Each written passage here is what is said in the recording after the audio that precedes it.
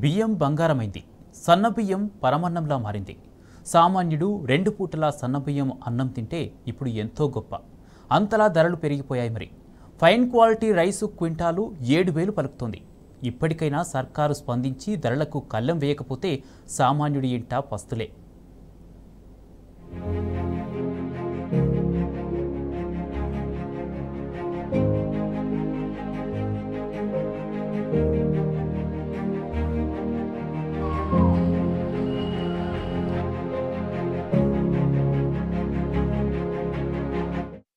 సన్నబియ్యం ఈ మాట వింటేనే సామాన్యుడి గుండెల్లో గుబులు పుడుతోంది. ఎందుకంటే బియ్యం రేట్ అమాంతం పెరిగిపోయింది. పొయ్యి మీద పెట్టకుండానే రైస్ కుతకుతా ఉడుకుతోంది. కిచెన్ లో రైస్ బ్యాగ్ నిండుకున్నా కొని ధైర్యం రావటం లేదు. ఎప్పుడూ లేనంతగా సన్నబియ్యం ధరలు ఆకాశాన్ని కాదు అంతరిక్షాన్ని తాకాయి. రేట్లు అనూహ్యంగా పెరిగిపోవటంతో పేద మధ్యతరగతి ఇళ్లలో అన్నం గిన్నె ఖాళీ అయింది. ధరల విషయంలో సామాన్య ప్రజలు ఇబ్బందులు పడుతున్నారు. ధరలను అదుపు చేయాలని ప్రభుత్వాన్ని డిమాండ్ చేస్తున్నారు.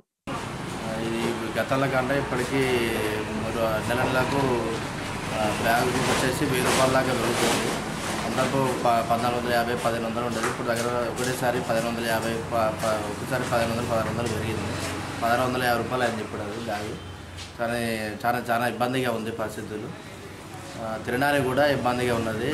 సామాన్యుల పరిస్థితి చాలా దారుణంగా ఉన్నదండి. అది కొనే పరిస్థితులు లేము.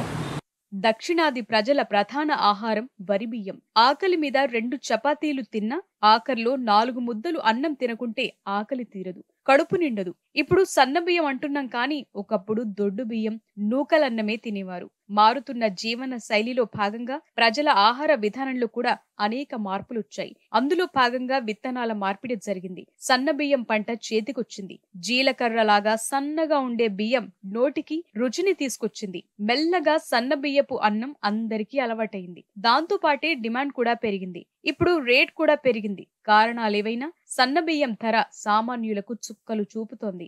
గతంలో మనకు బియ్యం అనేది 4500కు వచ్చేది. ఇప్పుడు 6000, 7000కు దాటిపోతుంది. దీన్ని తగ్గించాలి. ఇప్పుడు బియ్యంకే ఇంత పెట్టేస్తే ఇప్పుడు కూరగాయలు కానీ నిత్యావసర వస్తువులు అంటే కూరగాయలు ఉంటాయి. అవి టమాటా ఎంత ఉండేది, ఇప్పుడు ఎంత ఉంది. ఇవన్నీ ఇట్లా పెరగడం వల్ల సామాన్య ప్రజలు నిజంగా జీవించలేకపోతున్నారు. జనం ఎక్కువగా సన్న బియ్యం తినటం, దానికనుగుణంగా బియ్యానికి డిమాండ్ కూడా విపరీతంగా పెరిగిపోవటంతో రేట్ కూడా కొండెక్కి కూర్చుంది. తెలంగాణలో పండే సన్న బియ్యానికి దేశవ్యాప్తంగా మంచి డిమాండ్ ఉంది. తెలంగాణ పండించే రైస్ కు ఇప్పుడు డిమాండ్ పెరిగింది. ఇక్కడి నేలల్లో పండిన వరి ఎంతో నాణ్యతను కలిగి ఉంటుంది. పైగా రుచికరం. ఏ కూరకి అన్నం కలుపుకున్నా స్వర్గమే. తెలంగాణ సన్న రకం వడ్లను వ్యాపారులు ఈనం మార్కెట్ ద్వారా ఇతర రాష్ట్రాల నుంచి ఆన్లైన్లో బియ్యం కొనుగోలు చేస్తున్నారు. 2 ఏళ్ల కిందట నాటి సీఎం కేసీఆర్ దొడ్డు రకం ధాన్యం బదులు సన్నాలు వేసుకోవాలని రైతులకు సూచించారు. ఆ రకంగా వ్యవసాయ అధికారుల ద్వారా అవగాహన కల్పించారు. దీంతో వ్యవసాయ విధానంలో అనేక మార్పులొచ్చాయి. అందులో భాగంగానే ఉమ్మడి వరంగల్ జిల్లాలో గతంలో కేవలం 30% మంది రైతులు సన్నధాన్యం పండిస్తే ఆ సంఖ్య గణనీయంగా పెరిగి 70%కి చేరుకుంది. సన్నధాన్యం ఉత్పత్తికి తోడు దేశవ్యాప్తంగా ఏర్పడుతున్న డిమాండ్ మేరకు ధర కూడా భారీగానే పెరిగింది. తెలంగాణలో ఎన్నికల హడావిడి నేపథ్యంలో సన్న బియ్యానికి డిమాండ్ పెరగటంతో ఛత్తీస్గఢ్, ఆంధ్రప్రదేశ్, మహారాష్ట్ర తదితర రాష్ట్రాల నుంచి నేరుగా కొని వ్యాపారులు సొమ్ము చేసుకుంటున్నారు. ప్రస్తుతం ఉన్న పరిస్థితులలో పేద ప్రజలకు బియ్యం అందుబాటులో అందలేకుండా పోతున్నాయి. ఎందుకంటే రైతులు ఆరుగాలం కష్టపడి పండించిన పంట మొత్తం దళారు చేతిలో పోగానే వాళ్ళు ఖచ్చితంగా రేట్లకు బాగా విక్రయానికి చేయాలని ఒక సంకల్పంతో పేద ప్రజలను నడ్డివిరిచే విధంగా చేస్తారు. ఈ బియ్యమే ఈ విధంగా ఉన్నాయంటే రేపు నిత్యావసర సరుకులు చాలా ఇబ్బంది పడే పరిస్థితి ఏర్పడుతుంది. దీనిపై వెంటనే ఏ విధమైన ఒక ఆఫీసర్సే కానీ ప్రభుత్వం కానీ చర్యలు తీసుకొని రైతులకు అనుకూలమైన ధరకు అమ్ముకునే విధంగా చూడాలి. దళారి చేతిలో పోయిన తర్వాత ఇవాళ బియ్యానికి రేట్లు పెరిగి ఒక బ్లాక్ దందాగా ఏర్పడి ఇది జరుగుతుంది. సామాన్య ప్రజలు ఒక క్వింటాకు 5 నుండి 6,000 పెట్టి కొనలేని పరిస్థితిలో ఉంది. ఇప్పుడు అలాంటి ధరలు పెరుగుతున్నాయి. ఒక ఫ్యామిలీకి కావాలన్నా కనీసం ఒక 3 నుండి 4 క్వింటాల బియ్యం అవసరం. అలాంటిది ఒక 20 నుండి 25,000 రూపాయలు ఖర్చు పెట్టాల్సిన పరిస్థితి. వీటికే ఇన్ని డబ్బులు ఖర్చు పెడితే నిత్య అవసర సరుకులకు ఇంకా ఏ విధమైన ఖర్చులు పెట్టాలి?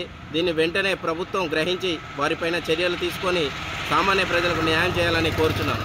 ఉమ్మడి వరంగల్ జిల్లాలో గతేడాదితో పోలిస్తే గణనీయంగా సన్నరకం ధాన్యం పండింది. ఏకంగా 9 లక్షల మెట్రిక్ టన్నులకు పైగా సన్నరకం వరి పండినట్లు అంచనా. అయితే దేశంలో ఆహార గింజల కొరతతో పాటు యాసంగిలో వరి కోతల ముందు తుఫాన్ ప్రభావంతో ధాన్యం తడిసిపోయింది.